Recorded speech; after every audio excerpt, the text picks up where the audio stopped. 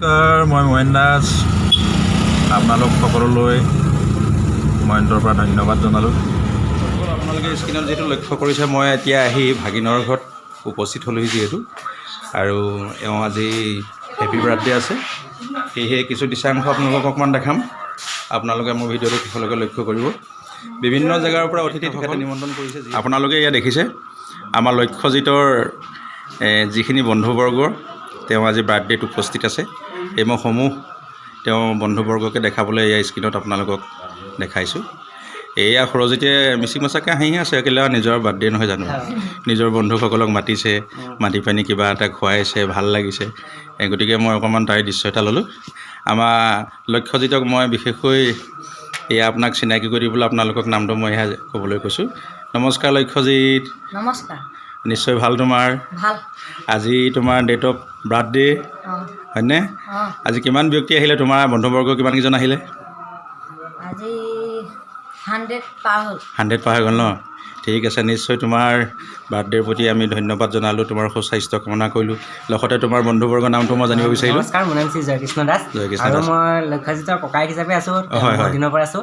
আৰু আজি আপোনাৰ ভিডিঅ'টোৰ তৰফৰ পৰা আৰু লক্ষ্যজিতক আজি বিশেষ দিনটোত আজি 14 বছৰ তেওঁ সম্পূৰ্ণ হ'ল আৰু বাৰ্থডে বহুত বহুত শুভেচ্ছা জনালোঁ।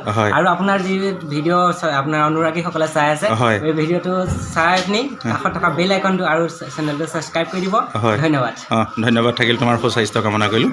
আৰু বাকী তোমাৰ ভাল লগা নামটো? নমস্কাৰ, মোৰ নাম দীপাংকৰ দাস। হয়, তোমাৰ ভাইটি? নমস্কাৰ, মোৰ নাম শ্ৰী অভিজিত দাস।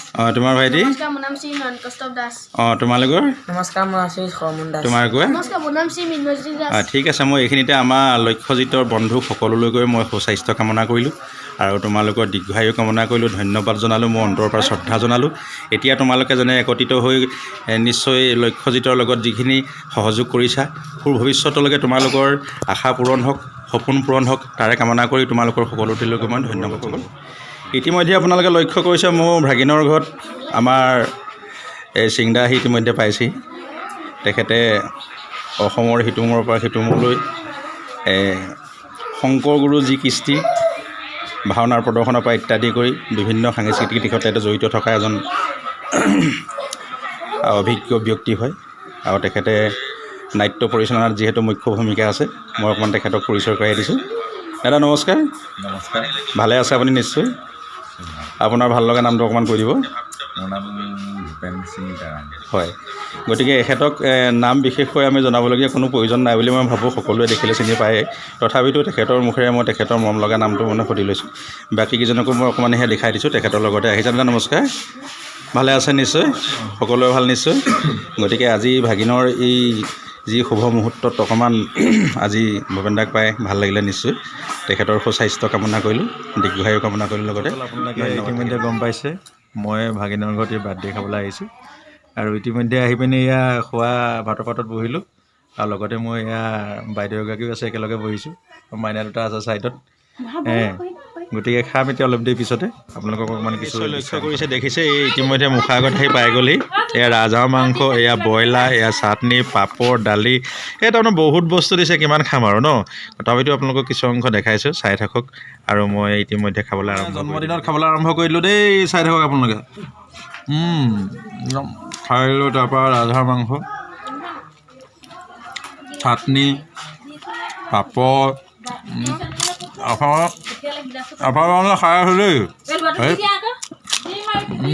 খাই আছোঁ। সেইবোৰ কিবা ব্ৰইলাৰ মাংস দিছে বোলে, পূৰা এফালৰ পৰা দি আছোঁ। দেখিছে এতিয়া সৰজিত ছাইডত আছে।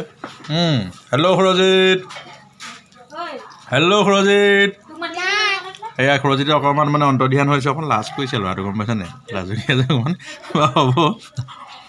কিন্তু আমি খাই আছোঁ দেই, লাহে লাহে কাৰ্যসূচী দেখাইছোঁ। আপোনালোকে এয়া মই অকণমান খোৱা বোৱা ৰুমলৈ লৈ আনিলোঁ। আমাৰ ইয়াত দেখিছে নবৈ খাই আছে ধুনীয়াকৈ। এই হেৰি নহয়, মাছ পিচ আগতীয়াকৈ খাইছোঁ আৰু মানে এনেই অলপ কোমল কোমলটো মাছটো খাবলৈ ভাল পাই খায়। আৰু লগতে এইজন আমাৰ বাপজনে খাই আছে, এয়া 5 নম্বৰ। আৰু আমাৰ এয়া পুতু বাপে খাই আছে লগতে, আৰু আমাৰ সেয়া কৃষ্ণ। এই অলৰেডি আমি আগতে খালোঁ, অকণমান নবৌত অলপ পিছত আহি পালেহি। নহ'লে কথা হ'লে একেলগে খাব পাৰিলেহেঁতেন বাৰু। গতিকে আজি সৰজিতৰ যিটো জন্মদিনৰ উপলক্ষে তেওঁ এসাঁজ ভাত যিহেতু ভকতৰ কাৰণে আয়োজন কৰিছিলে, সেয়েহে কিছু অংশ দেখাই দিলোঁ। এয়া আমাৰ বিলনীয়াগৰাকীও মই অকণমান দেখাই দিছোঁ। তেওঁ মাংসবিলাক চাই দিছে বাৰু মোক দিলে কেইবাডোখৰ দেই আৰু বাকীসকলকো দিছে বাৰু কিন্তু হ'লেও তাৰ মাজতে অকণমান সোৱাদ এটা হাঁহি সোৱাদ এটা লৈ লৈছোঁ আৰু অঁ ধন্যবাদ থাকিল ভিডিঅ'টো চাই থাকিব আপোনালোকে স্ক্ৰীণত প্ৰত্যক্ষ কৰিছে মই আপোনালোকক দেখাইছোঁ আজি আমাৰ লক্ষ্যজিত যি শুভ মুহূৰ্ত আজি বাৰ্থডে আছিলে তেওঁ গতিকে এয়া মই সম্পূৰ্ণ পৰিয়ালটো তেখেতলোকক অকণমান দেখাই দিছোঁ এইজন লক্ষ্যজিতৰ দেউতাক হয় নমস্কাৰ ভালে আছে নিশ্চয় আপুনি অঁ লক্ষ্যজিত এয়া মাতৃ হয় নমস্কাৰ অঁ সেয়া দেখাই দিলোঁ আৰু লগতে এয়া লক্ষ্যজিতক মই ছাইডত দেখাই দিছোঁ তেখেতৰ দীৰ্ঘায়ু সুস্বাস্থ্য আমি কামনা কৰিলোঁ গোটেই পৰিয়ালটো ঈশ্বৰৰ ওচৰত আমি প্ৰাৰ্থনা জনালোঁ যাতে শান্তিৰে থাকক সুখেৰে থাকক আৰু তেওঁলোকৰ আশাবিলাক পূৰণ হওক সপোনবিলাক নিশ্চিতভাৱে তেওঁলোকে যাতে পূৰ কৰিব পাৰে তাৰে এটা আমি কামনা কৰিছোঁ আৰু সদৌ শেষত যিহেতু মই সামৰিব লাগিব ভিডিঅ'টো এইখিনিতে আমি নিৰ্দিষ্ট জেগাত যিহেতু পাবগৈ লাগিব গতিকে আজি ভাল লাগিলে তেওঁ যি আজি অপ্ৰায়ণ কৰিলে আমাৰ গোটেই সকলোকে তেওঁৰ প্ৰতি ধন্যবাদ জনালোঁ আৰু মই সকলোৰ হৈ ঈশ্বৰৰ ওচৰত প্ৰাৰ্থনা জনালোঁ যাতে তেওঁলোকৰ সুস্বাস্থ্য কামনা হয় ধন্যবাদ